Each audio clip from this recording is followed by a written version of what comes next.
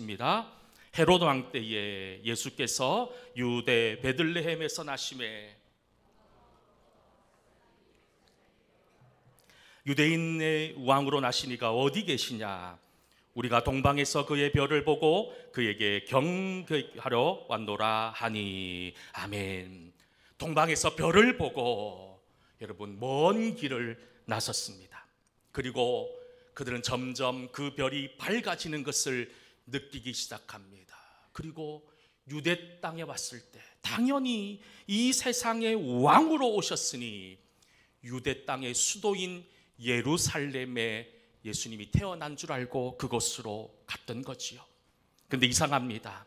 이스라엘 민족이 그토록 기다렸던 메시아가 태어났음에도 불구하고 오늘 본문에 나오는 헤롯 왕과 온 예루살렘이 어떻게 했다고 말씀합니까? 소동했다고 말씀합니다. 오늘 마태복음 2장 2절 말씀을 메시지 성경으로 보면 이렇게 기록이 되어져 있습니다.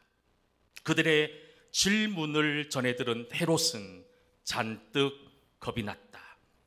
헤롯만이 아니라 온 예루살렘이 발칵 뒤집혔다라고 말입니다. 물론 권력의 눈이 먼 헤롯이었습니다.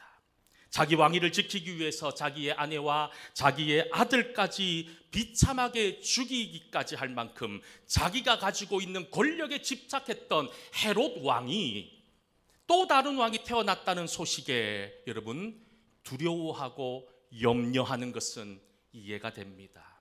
그런데 이상합니다. 이스라엘 백성들, 특별히 예루살렘이 소동했다는 것. 이스라엘 백성들은 수백 년 다시 오시겠다고 하신 그 주님을, 그 메시아를 기다렸습니다. 말라기 이후부터 수백 년 동안 하나님의 예언이 끝나 있었던, 멈춰 있었던 그 절망의 시대 속에 그들은 끊임없이 메시아를 기다렸다는 거예요. 그리고 그렇게 기다렸던 예수님께서 이 땅에 태어나셨음에도 불구하고 그들은 오히려 기뻐하고 행복해하고 환호성을 지르기보다는 오늘 말씀에 보면 예루살렘이 발칵 뒤집혔다는 거예요. 왜 발칵 뒤집혔던 것일까요? 대림절을 보내면서 이 성탄의 의미는 이미 이 땅에 오신 우리 예수님과 다시 오시겠다고 하는 주님을 기다리는 절기, 특별히 성탄의 의미가 그런 의미가 있다고 말씀드렸습니다. 2000년 전 예수님께서 구약의 예언대로 이 땅에 태어나셨지만 여러분, 사람들은 예수님을 메시아로 구주로 받아들일 준비가 되어 있지 않았습니다. 여러분, 유대인들, 하나님의 은혜를 알지 못하고 하나님의 말씀을 알지 못하는 사람들이라면 그렇다고 이해하겠지만 여러분, 유대인들은 지금 오늘 말씀에도 보면 예수님이, 이 메시아가 베들레헴에서 태어날 것이라고 하는 구약의 말씀을 정확하게 기억하고 있음에도 불구하고 그들은 소동했다는 거예요. 여러분, 예수님을 맞이할 준비가 되어져 있지 않았다는 겁니다. 그들은 스스로는 메시아를 소망한다고 입으로는 말했고 그렇게 삶을 산다고는 얘기했지는 모르겠지만 실제로는 그들은 메시아를 기다리지 않았습니다. 세상의 만족과 세상의 행복과 세상의 화려함을 쫓아서 살아갔던 사람들이었기에 이 땅에 메시아로 오신 예수님을 바라보는 순간 그들은 소동하고 그들은 두려울 수밖에 없었던 거예요. 여러분, 성경은 주의 날이 도둑같이 임한다고 말씀합니다. 재림의 날, 주님 다시 오시는 그날은 아무도 모른다고 말씀하셨고 오직 하나님만 아신다고 말씀하셨어요. 근데 여러분, 만약 주님이 이 땅에 다시 한 번 더 임하게 되면 여러분 어떻게 주님을 맞이하시겠습니까? 정말로 두 손 높이 들고 주님을 찬송하며 할렐루야 주님을 찬양합니다라고 맞이하시겠습니까? 아니면 2000년 전 메시아가 태어났음에도 불구하고 두려워하고 소동했던 이스라엘 백성들처럼 두려워하며 떨며 이 예수님의 탄생, 메시아의 오심을 거부하며 살아가시겠습니까? 여러분, 우리는 하나님 말씀에 귀를 기울여야 합니다. 성경이 나에게 무엇라고 말씀하는지 귀를 기울이셔야 합니다. 그리고 성경을 통해서 세상을 바라볼 수 있어야 합니다. 세상을 바라보는 기준이 하나님의 말씀이 되어야 된다는 거예요. 그럴 때 우리는 요동하지 않습니다. 소란하지 않는다는 거예요. 우리가 인생을 살면서, 특별히 올 한 해 2024년을 보내면서 여러분들의 삶은 평안하셨습니까? 아니면 온통 난리와 소란으로 가득했습니까? 걱정과 근심으로 가득하셨습니까? 그 차이는 바로 내 마음에, 내 삶에 하나님의 말씀이 있느냐 없느냐의 문제였을 겁니다. 특별히 주님 오늘 우리에게 오셨습니다. 우리 인생에게 오셨습니다. 그리고 우리를 인도하기를 원하십니다. 나와 함께 하신다는 주님, 내가 그것을 깨닫지 못하고 내가 그것을 부정한다 하더라도 여러분, 주님은 영원히 우리와 함께 하신다는 사실을 잊어서는 안 된다는 거예요. 사랑의 예수님께서 나와 함께 하시는데 여러분, 우리가 왜 두려워하고 염려하고 걱정합니까? 진리 대신 예수님이 우리와 함께 하시는데 우리가 왜 방황할까요? 여러분, 다시 한 번 더 주님의 인도함 가운데 거하는 저와 여러분 될 수 있기를 주의 이름으로 간절히 소망합니다. 예수님을 주인으로 모신다는 의미가 무엇일까요? 나를 위하여 땅에 오신 예수님을 기억하며 주님을 내 인생의 주인으로 모신다는 것은 아마 이런 이야기일 겁니다. 여러분, 많은 분들이 운전을 하시잖아요. 운전을 할 때 그 핸들은 내가 잡고 운전을 합니다. 근데 우리 인생이라는 자동차를 우리가 운전할 때 인생의 자전거의 핸들을 누가 쥐고 있습니까? 여러분들이 쥐고 있습니까? 하나님이 쥐고 있습니까? 많은 믿음의 사람들이 인생이라는 그 자동차의 핸들을 내가 쥐고 있다는 거예요.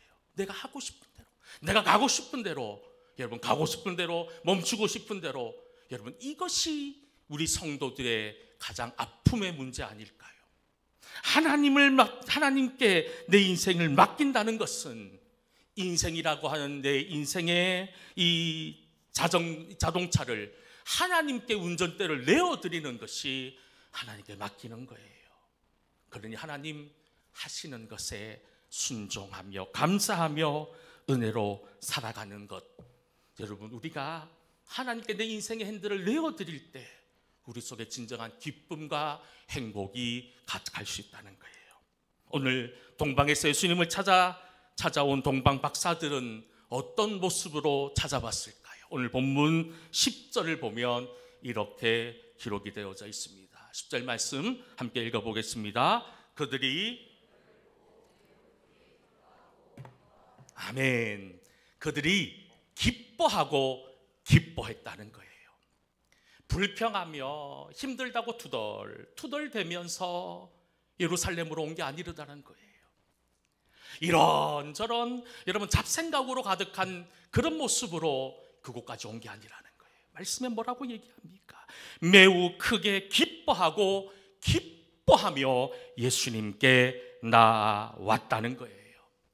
여러분들에게는 지금 이 성탄의 예배에 나오며 이런 동방 박사들이 가지고 있었던 기쁨이 있으십니까? 여러분들의 기쁨의 원천은 어디에 있습니까? 내가 세상에서 성공하고 출세하는 것, 내가 원하는 목표를 이루었을 때 우리는 기뻐하고 기뻐합니다. 물론 기쁨의 중요한 이유이지요. 하지만 예수 믿는 성도인 우리가 정말로 가장 기뻐해야 될 기쁨의 이유는 예수 그리스도여야 된다는 거예요. 동방 박사들이 기뻐했던 것은 이 세상의 왕으로 오신 메시아를 만난다고 하는 그것 때문에 기뻤던 거예요. 여러분들 오늘 예배당에 나올 때 정말 예수님 아니면 안 됩니다. 예수님께 예배드리는 것이 내 인생의 유일한 소망이고 기쁨입니다라고 하는 그런 정말 간절한 마음으로 주의 전에 나오셨습니까? 말씀을 준비하면서 그런 생각이 들었어요. 우리 성도들이 주일 전에 주일날 교회에 나올 때 정말로 이 동방박사들처럼 기뻐하는 마음으로 예배의 자리에 앉아 있다면 그들의 삶이 얼마나 행복할까. 여러분, 다시 한 번 더 여러분들의 삶이 예수 그리스도로 말미암아 기쁨이 충만한 인생 될 수 있기를 주의 이름으로 간절히 축원합니다. 한국의 슈바이처라고 불리는 장기려 박사님이라는 분이 계십니다. 80살 생일에 많은 제자들과 그리고 후배들, 가족들이 모여 있을 때 자기가 지금까지 살아오면서 기뻤던 세 가지를 이야기했다고 합니다.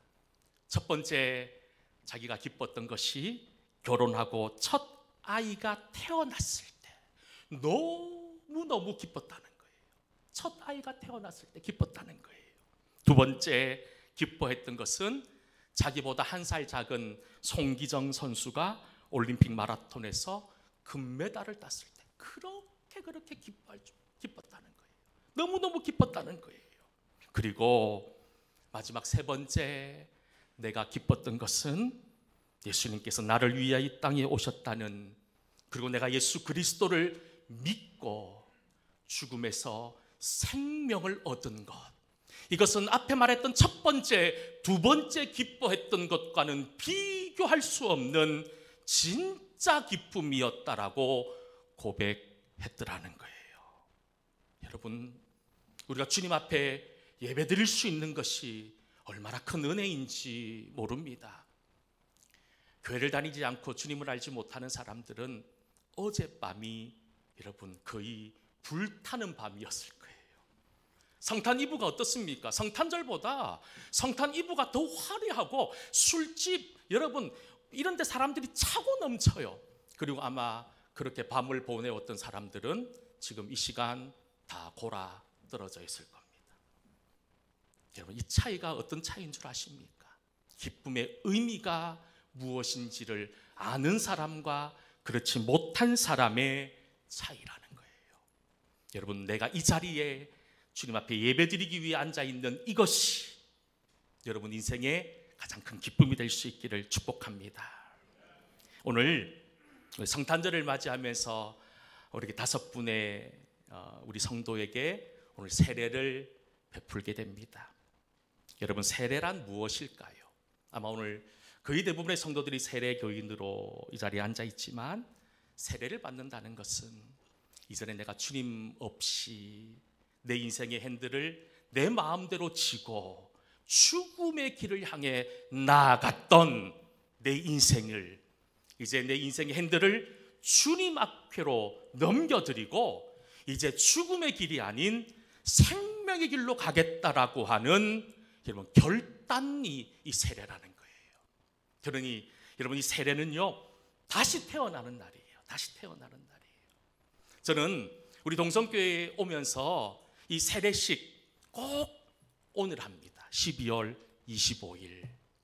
왜 제가 12월 25일 세례식을 하는 줄 아십니까? 뭐 부활절에도 할 수 있고 다른 날에도 할 수 있어요. 그렇지만 이 성탄절에 제가 세례식을 거행하는 이유는 예수님께서 우리를 위하여 이 땅에 오신 생일날 내가 예수님을 만나고 새로운 사람이 되었습니다. 새로운 생명을 얻었습니다. 생일 같은 날이 세례받는 날이기에 12월 25일 날 세례식을 행하는 겁니다.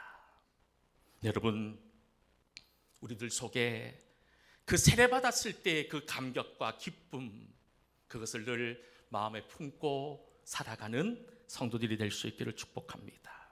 특별히 오늘 말씀해 보면 동방박사들이 기뻐하며 기뻐했다고 말씀하는데 그들의 두 손에는 무엇이 들려 있었을까요? 오늘 말씀 11절에 보면 이런 말씀이 기록되어져 있습니다. 11절 말씀 함께 읽어보도록 하겠습니다. 집에 들어가 아기와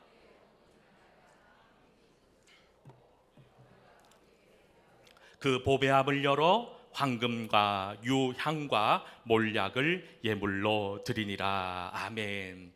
저는 이 세 가지 보물 중에 황금밖에 눈에 들어오지 않습니다. 사실 유향이 뭔지 몰약이 뭔지 잘 모르겠어요. 황금은 아는 것 같아요. 그런데 여러분, 이 동방박사들이 먼 길을 올 때 빈손으로 오지 않았다는 겁니다. 오는 길이 요즘 시대처럼 뭐 도로가 잘 돼 있다든지 치안이 안전하다든지 운송수단이 좋았다든지 전혀 그렇지 않은 상황이었던 거예요. 언제 강도를 만날지, 언제 어떤 일이 벌어질지 모르는 상황 속에서 그들이 그 별을 보고 출발할 때 이 예물을 여러분 중간에서 준비한 게 아니라 미리 준비하며 출발했다는 거예요. 미리 준비했다는 거예요. 미리 준비했다는 거예요.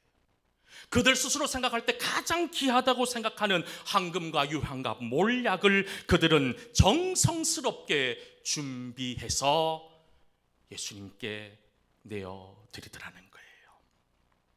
여러분, 우리가 주님 앞에 드린다는 의미가 무엇일까요? 여러분, 우리가 주님 앞에 드린다는 것은 나를 위하여 십자가에 달려 죽으신 예수님의 은혜를 기억하며 우리가 인색함으로 아니면 억지로 드리는 그런 인생이 되면 불행한 인생이 되는 거예요. 여러분, 저는 예물의 크고 적음의 문제를 이야기하는 게 아니에요. 주님께서는 두 렙돈, 정말로 보잘것없는 그 여인이 드린 예물이 가장 귀하다라고 말씀하신 이유는 그것이 그 사람의 전부였기 때문인 겁니다. 주님이 원하시는 예물은, 주님이 원하시는 선물은 무엇일까요? 바로 나라는 거예요. 내가 주님이 원하는 선물이 되어야 된다는 거예요. 황금과 유황과 몰약보다 내가 주님 앞에 선물로 나아가는 것, 이것이 주님이 가장 기뻐하시고 기뻐하시는 선물이더라는 거예요. 여러분들은 지금 주님 앞에 온전히 선물로 드려지고 있습니까? 나는 정말 온 마음을 다하여 주님께 드리고 있습니까? 여러분, 이 성탄의 의미는, 이 동방박사들이 보여주고 있는 성탄의 의미는 그저 단순한 모습이 아니더라는 거예요. 특별히 왕 되신 예수님께 여러분, 내 자신이 내 모습 그대로 주님 앞에 드려지는 합당한 예물로서의 성도가 될 수 있기를 주의 이름으로 간절히 소망합니다. 그래서 형식적으로 맞이하는 그런 성탄이 아니라 온 마음을 다하여, 온 힘을 다하여, 정성을 다하여 주님께 드리는 저와 여러분 모두 다 될 수 있기를 주의 이름으로 간절히 축원합니다. 기도하겠습니다. 은혜로우신 하나님, 오늘 사랑하는 성도들이 주님 앞에 예배 드리고 있습니다. 나를 주님 앞에 선물로 드리길 원합니다. 나를 드림으로 하나님 기쁨의 사람으로 살아가길 원하오니 주여 저희들 가운데 함께하여 주시옵소서. 예수님 이름으로 기도하옵나이다. 아멘. 말씀을 생각하시면서 찬송 123장 드리면서 준비한 예물 하나님께 드리도록 하겠습니다.